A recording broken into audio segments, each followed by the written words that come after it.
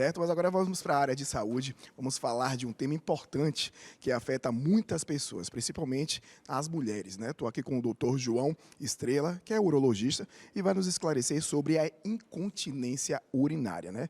Esse é um problema que, embora, né, possa ser comum, não deve ser negligenciado, né? E nós vamos agora entender um pouquinho as causas e os tratamentos também, como lidar com essa questão de uma maneira mais saudável, né, e consciente também. Doutor, muito obrigado, João, né, pela sua presença aqui. Eu que agradeço, pela sua Léo. Disponibilidade. Obrigado pelo convite. É muito importante a gente falar sobre saúde, né, falar sobre essa qualidade de vida. Então, é muito importante a gente estar aqui conversando com a população sobre isso. Com certeza. E sempre esclarecer, porque hoje com a internet as pessoas às vezes entendem que tem a informação ali em suas mãos, mas acaba não absorvendo da forma correta. E tendo um especialista aqui é o que a gente interessa. Bora falar, né, sobre essa incontinência urinária que afeta principalmente as mulheres.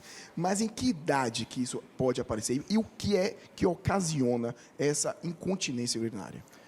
Importante, excelente pergunta, Léo. O que acontece é que não existe uma idade específica para começar a apresentar sintomas, né? Como você falou, é muito mais prevalente nas mulheres, cerca de 25% das mulheres podem apresentar isso alguma vez na vida e cerca de 15% dos homens a partir dos 60 anos de idade, né? A incontinência ela pode se apresentar inclusive desde a infância. A gente sabe que tem algumas crianças que, com desenvolvimento ali do aparelho urinário, elas começam a ter a sua continência, mas a partir de um momento, por diversos motivos, ela pode haver um escape, inclusive à noite. Então, assim, não existe uma idade específica para iniciar isso. O que a gente tem são fatores de risco. E, obviamente, que a idade é uma das coisas que a gente tem que levar em consideração.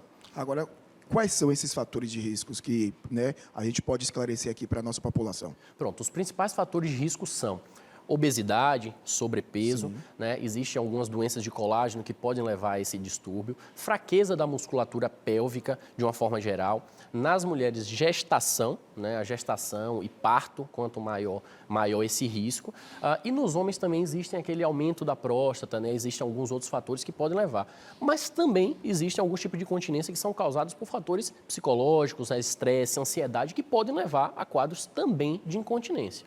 É engraçado que todos os nossos quadros aqui em relação à saúde, todos eles se encaixam. Vocês que acompanham o nosso programa Universo aqui diariamente percebem isso. Ontem nós estávamos aqui com o doutor Walter Viterbo, né, que falando sobre a questão de dor, falando sobre o estresse, né, provocado nas pessoas. E o doutor João aqui está justamente falando isso, como o estresse isso pode provocar também essa incontinência urinária, que mexe também com, né, a autoestima das pessoas. Né? Com certeza. Porque não deve ser realmente, né, muito chato você, independente da idade que você esteja, né, ter isso no meio da rua, ter isso numa situação social. Isso mexe realmente também com a cabeça das pessoas, principalmente das mulheres, né, doutor? Exato. Léo, isso aí tem que ser desmistificado, a questão de que é normal perder urina. Não é normal perder urina, a gente tem que deixar isso muito claro, porque às vezes as mulheres acabam levando isso como uma coisa habitual, é da idade, está evoluindo, está escapando um pouquinho, e não leva isso em consideração. Então acaba criando condições como o uso de absorventes ou até bebendo menos líquido, né, o que acaba deixando de se hidratar. Deixando de se hidratar, exatamente para evitar situações constrangedoras. Então, assim, no consultório isso é muito frequente, a gente tem diversos casos. Casos que eu posso citar aqui, por exemplo, de uma paciente que estava no elevador, não conseguiu segurar a urina e, na verdade, foi notificada pelo condomínio por conta disso, porque, enfim, existem diversas situações por desconhecimento, né, e que isso traz um constrangimento muito grande, né? Isso também nos idosos é muito importante, porque o idoso acaba perdendo aquela qualidade de vida, é um idoso que já tem algumas outras alterações, isso é algo a mais, risco de queda, né? O idoso que às vezes não consegue chegar no banheiro, perde a urina, pode cair. Então, assim, a incontinência urinária não pode ser normalizada. A gente tem que entender, tem que identificar e tem que ser avaliado para que o tratamento seja instalado, seja adequado para cada paciente. Agora, uma pergunta muito comum e que eu vejo também, né, muitas pessoas fazerem, a incontinência urinária, se ela não for realmente tratada, ela pode provocar e ocasionar outros problemas do tipo, tem alguma relação com a infecção urinária? Pronto, vamos lá. A gente precisa primeiro diferenciar os dois tipos, né, os dois maiores tipos de incontinência urinária. Porque quando a gente fala em incontinência, a gente acha que é uma coisa só. Certo. E não é.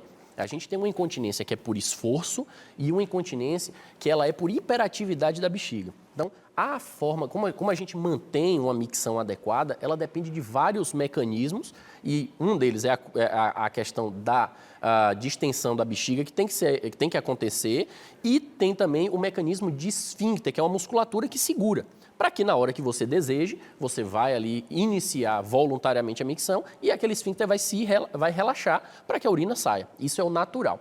O que acontece é que algumas pessoas têm uma fraqueza na musculatura que segura a urina, ou seja, espirrou, tossiu, fez uma academia, fez um esforço, pulou, escapou a urina. Isso muito provavelmente está relacionado com a parte de continência do esfíncter, que é a musculatura que segura.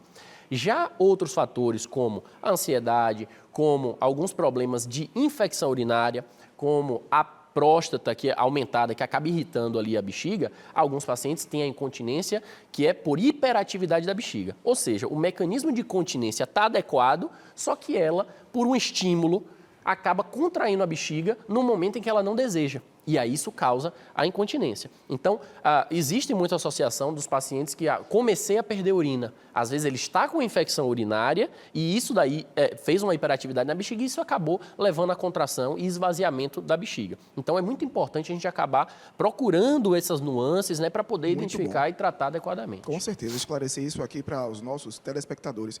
E as pessoas que vão realmente muito ao banheiro, né?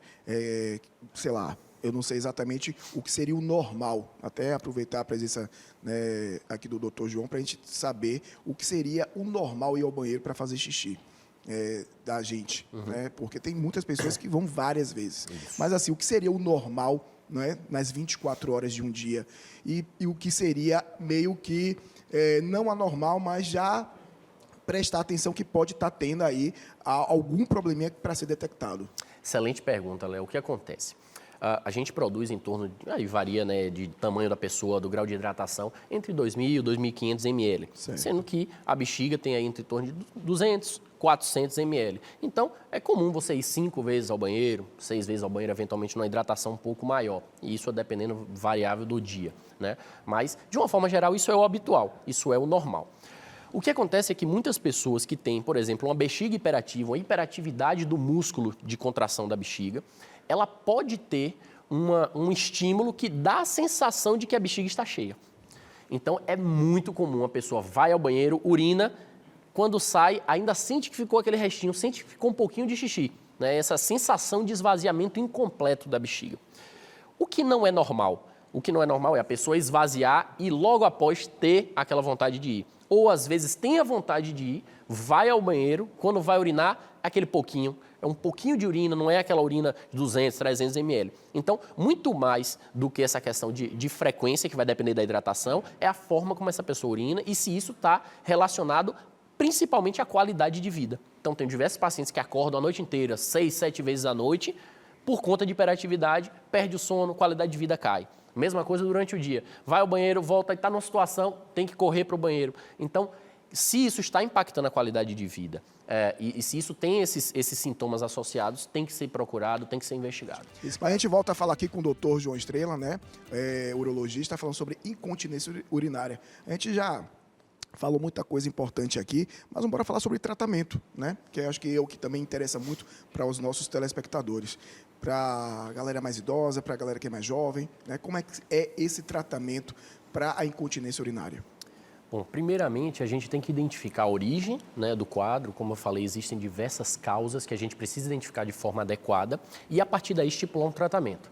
Existem tratamentos desde mudanças comportamentais até tratamentos com fisioterapia, fisioterapia pélvica, né? Esses profissionais Sim. são grandes parceiros nessa abordagem a esse paciente, além de medicamentos que podemos associar, então diversas medicações para as mais diversas causas e também cirurgia, né? Pode haver cirurgias com telas, cirurgias com próteses, enfim, existem diversos dispositivos que podem ser utilizados. Então, o tratamento é muito amplo e aí a abordagem tem que ser individualizada para cada paciente, para o tipo de problema. Claro, cada caso é um caso. Essas cirurgias, doutor, elas duram em quanto tempo, assim, em média, na mesa de operação? Porque quando a gente fala de cirurgia, as pessoas já regalam o olho, né? Quem está acompanhando a gente, meu Deus, Verdade. Cirurgia, todo mundo tem medo, lógico. A gente fica sempre, né, apreensivo. Mas como seria essa cirurgia?